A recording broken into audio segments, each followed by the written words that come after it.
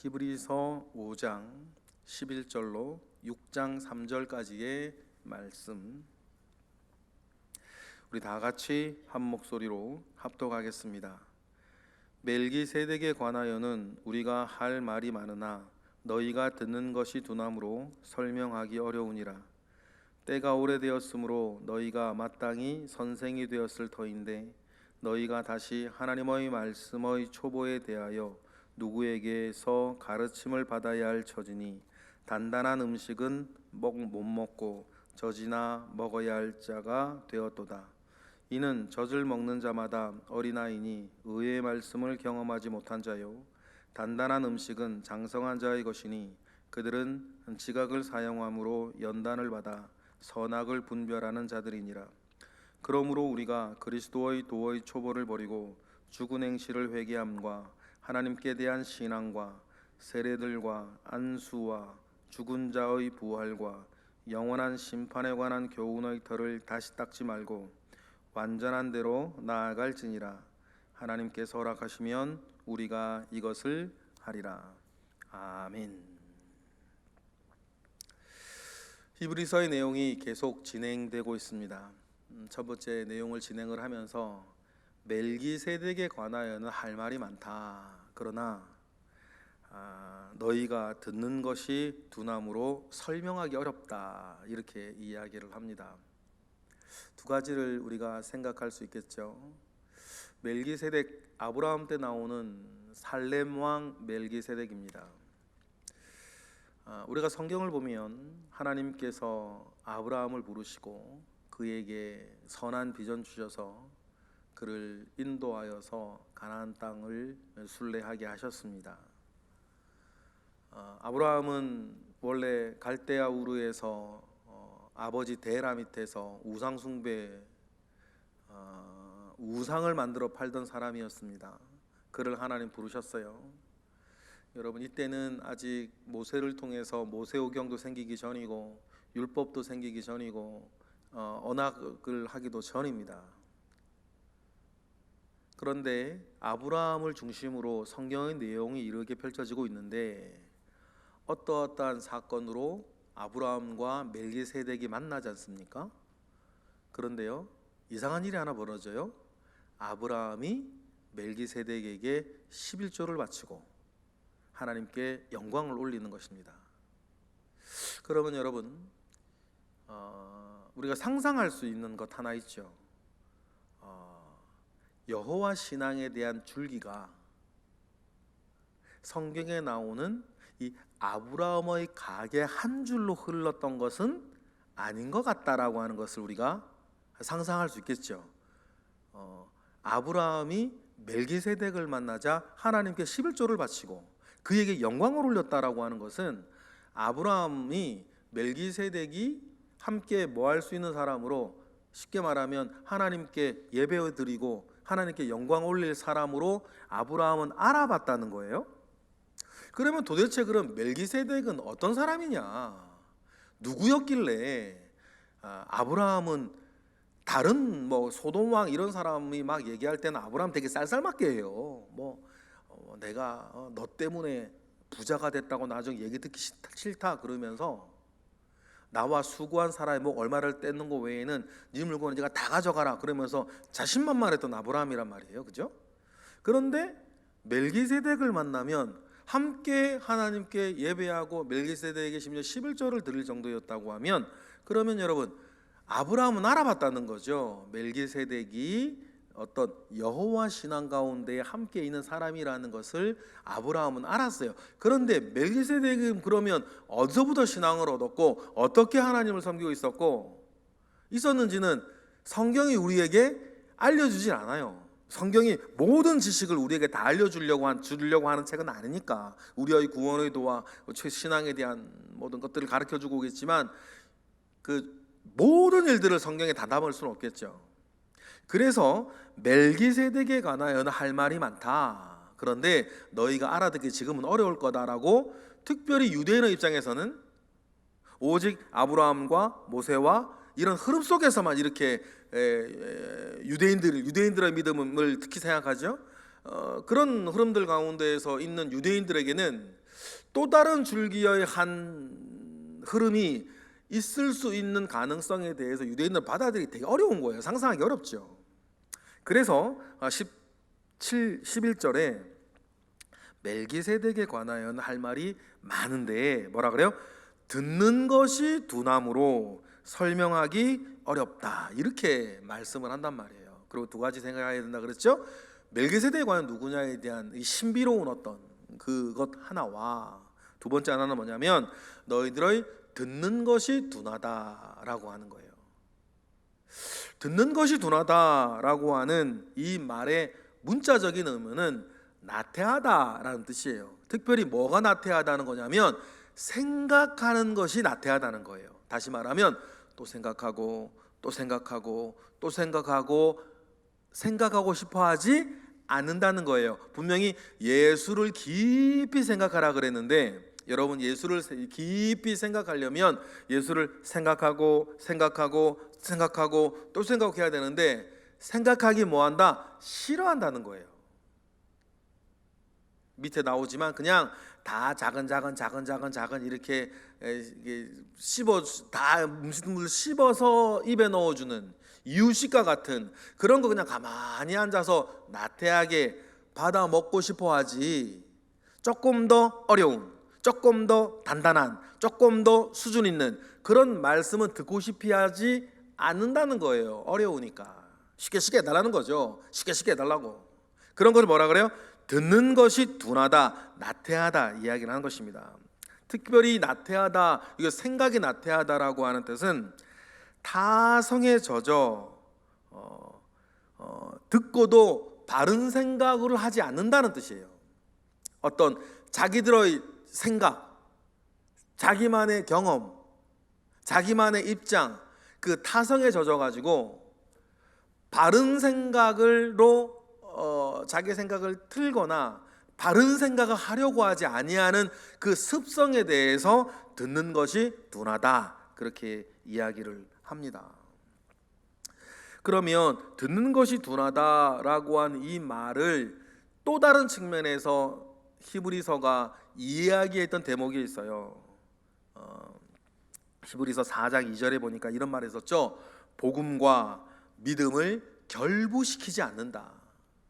너희들이 들은 복음과 너희들의 가지고 있는 믿음을 결부시키지 않는 것, 그러니까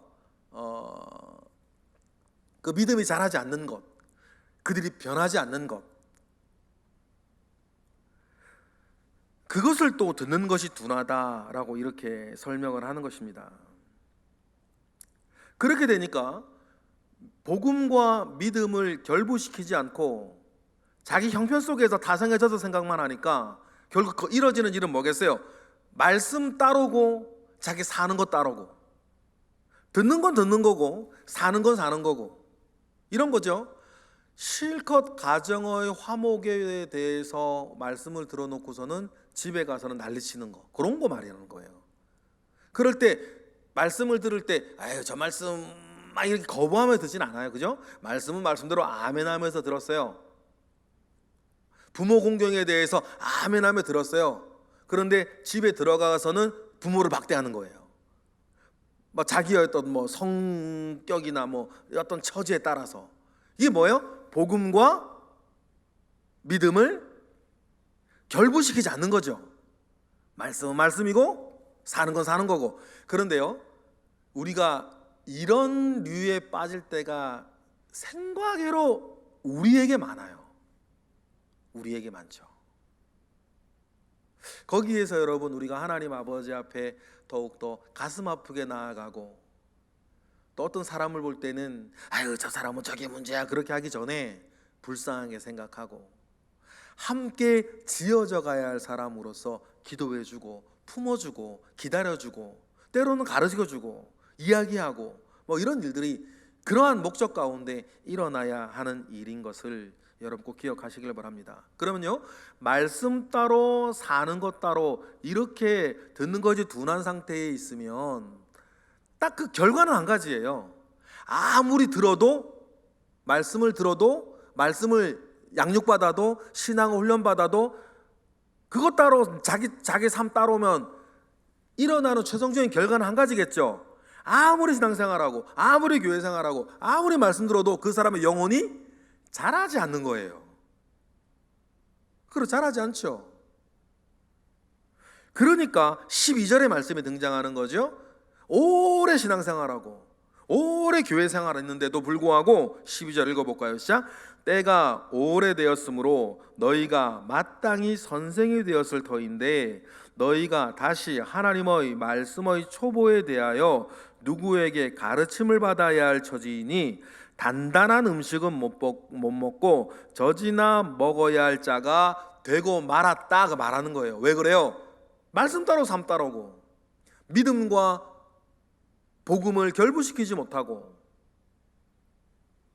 듣는 것이 둔하니까 결국 오래되었으므로 너희가 교회 다닌 지 말씀 읽기 시작한 지 신앙생활한 지 오래되어서 뭐 10년 뭐 교회 등록 뭐 20회도 받고 50회도 받고 막 그랬던 사람이라 할지라도 오래되었다 하더라도 너희가 마땅히 그러면 어떻게 돼야 되는데 선생이 돼야 되는데 여전히 뭐다 하는 거예요. 하나님의 말씀의 초보에 대해 초보를 가르침을 받아야 할 처지 단단한 음식은 못 먹고 젖이나 먹어야 할 자로 되어 있다 이 이야기를 하는 거죠. 여러분 정말 그렇지 않습니까? 세상에 어떤 거라도 그 경력이 쌓이면 그 사람이 노련해지고 어른스러워지고 풍성해지는 것이 있죠. 그런데 경력이 쌓여도 그렇게 되어지지 않는 사람들이 예를 들어 각 분야에 있을 수 있고 신앙에도 있을 수 있는데 특별히 신앙에 대해서는 왜 그런지에 대해서 히브리서가 오늘 우리에게 가르치고 때로는 교훈하고 책망하고 바르게 하고 의로 교육한 이 이야기를 신앙생활 1, 20년 이상 하신 우리 모두는 명심해서 들어야 할 정말 말씀 아니겠습니까? 저나 여러분들이나 교회 생활 한 게 몇 년인데 말이에요 지금까지. 그러니 여러분 13절도 계속해서 같은 맥락에서 읽어볼까요? 시작. 이는 젖을 먹는 자마다 어린아이니 의의 말씀을 경험하지 못한 자다. 그러면 단단한 음식을 먹을 수 있는 사람과 여전히 젖이나 먹는 사람의 차이는 뭐냐라고 했을 때 13절에 뭐라 그래요? 젖을 먹는 자마다 어린아이기 때문에 그는 무슨 말씀을 경험하지 못한 사람이라는 거예요? 의의 말씀을 경험하지 못하는 거예요. 못했다고 이야기를 하죠. 그러면 의의 말씀과 의의 말씀 아닌 것은 뭘까요? 여러 가지로 여기서 묵상할 포인트가 많아요. 우리에게 적용해서도 그러면 의의 말씀이라는 것이 말고 그 옳고 그름의 문제는 아닌데 여러분 젖이나 부드러운 음식 이런 것이 뭐 나쁘다는 뜻은 아니죠. 젖을 먹는다는 것이 악하다는 뜻은 아니에요. 이거는 옳고 그름이나 선과 악의 문제가 아니라 더 좋은 것, 더 자라나야 되는 것, 더 고상한 것 이런 류의 이야기지 뭐 이것이 나쁘다 좋다 뭐 선과 악 그런 얘기는 아니에요. 그러면 젖을 먹는 자마다 어린아이라 했을 때 젖이 나쁜 건 아닌데 어린 초보 신자였을 때는 젖을 먹는 것이 맞죠. 우리 태어나면서 맨 처음 아이한테 뭐 이렇게 막 삼겹살을 갓난애기한테 구워줄 수는 없는 거잖아요. 어릴 때는 젖을 먹어야죠. 좀 더 크면 이유식을 먹고 그 다음에 단단한 음식을 먹는 대로 자라나야 되는데 그러면 젖을 먹는 것 자체가 악하고 죄다 그건 아니지만 우리가 신앙의 연수가 쌓이고 오래되면 반드시 더 단단한 음식으로 나아가야 되는데 그 단단한 음식과 젖은 무슨 차이가 있냐라고 했을 때 13절에 보니까 의의 말씀이래요. 그러면 여러분 생각해 봅시다. 의의 말씀이 아닌 말씀이 뭘까요? 그러면 의하고는 상관없는 말씀이 뭘까요? 아마 이런 말씀 아니겠어요? 이렇게 이제 그 사람이 가지고 있는 그 사람이나 그 사람들이 가지고 있는 유대인들로 생각하면 문화권을 이렇게 문화를 이렇게 포용해 주는 어떤 말씀도 있겠죠. 아니면 아주 어린아이니까 인본적인 어떤 말씀들이 섞여 있는 거 될 수 있겠죠. 그래서 뭐 힘내게 하는 말씀, 유머스러운 말씀, 위로하는 말씀 격려하는 말씀, 힘을 주는 말씀, 뭐 이런 말씀도 있겠죠. 그런 말씀을 전하는 게 나쁘다는 게 아니에요, 그죠? 나쁘다는 게 아니고 그런 말씀만, 그래 사람 마음 풀어주고 뭐 이런 류의 말씀을 만약에 계속 듣고 있다면 그는 옳고 그름을 분명히 세워주는, 하나님의 뜻이 무엇인가 아닌가를 분명하게 세워주는 무어의 말씀은 만나지 못하는 거예요. 의의 말씀은 만나지 못한다는 얘기를 하는 거예요. 그렇죠? 그런데 그러니까 의의 말씀이라는 것이 무엇인지 14절에 또 설명을 해줘요. 히브리서는요, 한 절 한 절 한 절이요 굉장히 정교하게 만들어져 있어요. 약간 베드로전후서를 보면 좀 정신없는 게 있거든요. 그런데 히브리서는 정말 또 달라요. 금방도 오늘 우리가 11절부터 14절 보면 11절, 12절, 13절, 14절만 하더라도 꼭 계단 한 발 한 발을 밟고 올라가듯이 11절에 대한 설명을 12절에 하고 12절에 대한 설명을 13절에 하고 13절의 설명에 대한 설명을 14절에 하는 것처럼, 그러면 의의 말씀을 뭐라고 이야기하냐면 14절 읽어볼까요? 시작. 단단한 음식은 장성한 자의 것이니 그들은 지각을 사용함으로 연단을 받아 뭐한다? 선악을 분별하는 자들, 선악을 분별할 수 있게 주는 말씀이 뭐예요? 의의 말씀이고, 이것은 장성한 자의 말씀인데, 의의 말씀으로 선악을 분별하는 것이 아니라, 애기들한테 선악이 어디 있습니까 여러분? 갓난 애기들한테는 그저 웃어도 이쁘고 뭔 짓을 해도 이쁘고 을내주고 달래주고 이러는 말씀도 있고, 선악을 분별하는 의의 말씀도 있는데, 교회생활 신앙생활 오래 한 사람, 몇 년부터라 그럴지 제가 뭐 선을 그어서 말씀드릴 수는 없어요. 여기 몇 년부터 그럼 그래야 될까요? 모르겠어요. 뭐 사람마다 다를 수 있겠죠. 그러나 느낌상 한 1, 20년 이상 교회 다닌 사람들이면, 그죠? 1, 20년 이상 된 분들은 단단한 음식을 먹을 수 있는 사람으로 자라나야 되는 것 같아요. 우리 교회에서 예를 들어서 새신자, 초신자라고 했을 때 여러분 느낌적으로 새신자, 초신자 하면 몇 년까지 초신자, 새신자인 것 같으세요? 저 잘 모르겠어요. 잘 모르겠는데 몇 년부터 새신자, 초신자라 그럴까요? 새가족이라 그럴까요? 몇 년 정도까지? 우리 교회는 좀 그 텀이 길 수도 있어요. 우리 교회는 50년 되신 분들도 많고 막 그래서. 그런데 여러분 분명한 건 뭡니까? 몇 년부터는 이렇게 우리 선을 그어서 말할 수는 없는데, 그래도 우리가 교회를 다닌 지 이렇게 오래되었다라고 느껴지시는 분들은, 그러면 여러분 이렇게 장성한 자가 되어야 하고, 이렇게 영적으로 장성한 사람은 단단한 음식을 먹을 수 있어야 된다. 그런 어떤 우리 각오와 은혜 가운데에 여러분 서 계시는 저와 여러분 되시기를 바랍니다. 그리고는 1절과 14절에 우리가 방금 읽은 이 말씀으로 히브리서를 읽는 독자, 특별히 교회 생활한 지 오래된 사람들, 그런데 충분하게 잘하지 못한 사람들을 도전하고 자극하고 막 믿음을 그 사람들이 나태함을 흔들고 있죠. 그러니 그래서 깨우치고 있는데, 그 깨우치는 것으로 인해서, 깨우치는 것을 통해서 그래 내가 장성한 자로 자라나야겠다, 장성한 자로 자라나려면 어떻게 해야 되는가에 대한 이야기를 1절, 2절, 3절에서 하고 있어요. 그러면 장성한 자로 내가 깨어나기 위해서, 자라나기 위해서는 어떻게 해야 됩니까? 우리 1절 읽어볼까요? 다 같이 시작. 그러므로 우리가 그리스도의 도의 초보를 버리고 죽은 행실을 회개함과 하나님께 대한 신앙으로, 2절 맨 마지막에 나아가라. 총 3가지를 얘기하는데요, 1절에 2가지가 나와요. 버리고 회개하고, 버리고 회개하고. 그렇죠? 뭐를 버려요? 도의 초보를 버리고 죽은 행실을 회개하고. 총 3가지를 말합니다. 장성한 자로 나아가기 위해서는. 그리고 하나님께 대한 신앙과, 그리고 2절 하반절에 하나님에 대한 신앙으로 온전히 나아가라는 거예요. 그러면 여기서 어려운 말이 있죠. 그런데 잘못 읽으면 이렇게 될 수 있어요. 그리스도의 도의 초보를 버린다라고 할 때 2절에 2절을 읽어볼까요? 시작. 세례들과 안수들과 죽은 자의 부활과 영원한 심판에 대한 교훈의 털을 다시 잡지 말라라고 하면서, 그럼 버려야 되는 것이, 도의 초보를 버려야 되는 것이 세례, 안수, 죽은 자의 부활, 영원한 심판에 대한 교훈을, 그러면 도의 초보고 버려야 되는 것인가? 왜냐하면 여기에 다시 닦지 말라 그러니까. 그 뭐가 조금 이상해요, 그죠? 복음의 중심적인 내용들을 그 버리고 다시 말란 얘기야? 이렇게 우리가 잘못 읽어질 수가 있겠죠. 여기에서 우리가 히브리서가 누구에게 왜 쓰여진 편지였는지를 기억하셔야 돼요. 히브리서 맨 처음, 제가 히브리서 세미나 할 때도 히브리서 왜 기록됐다 그랬습니까?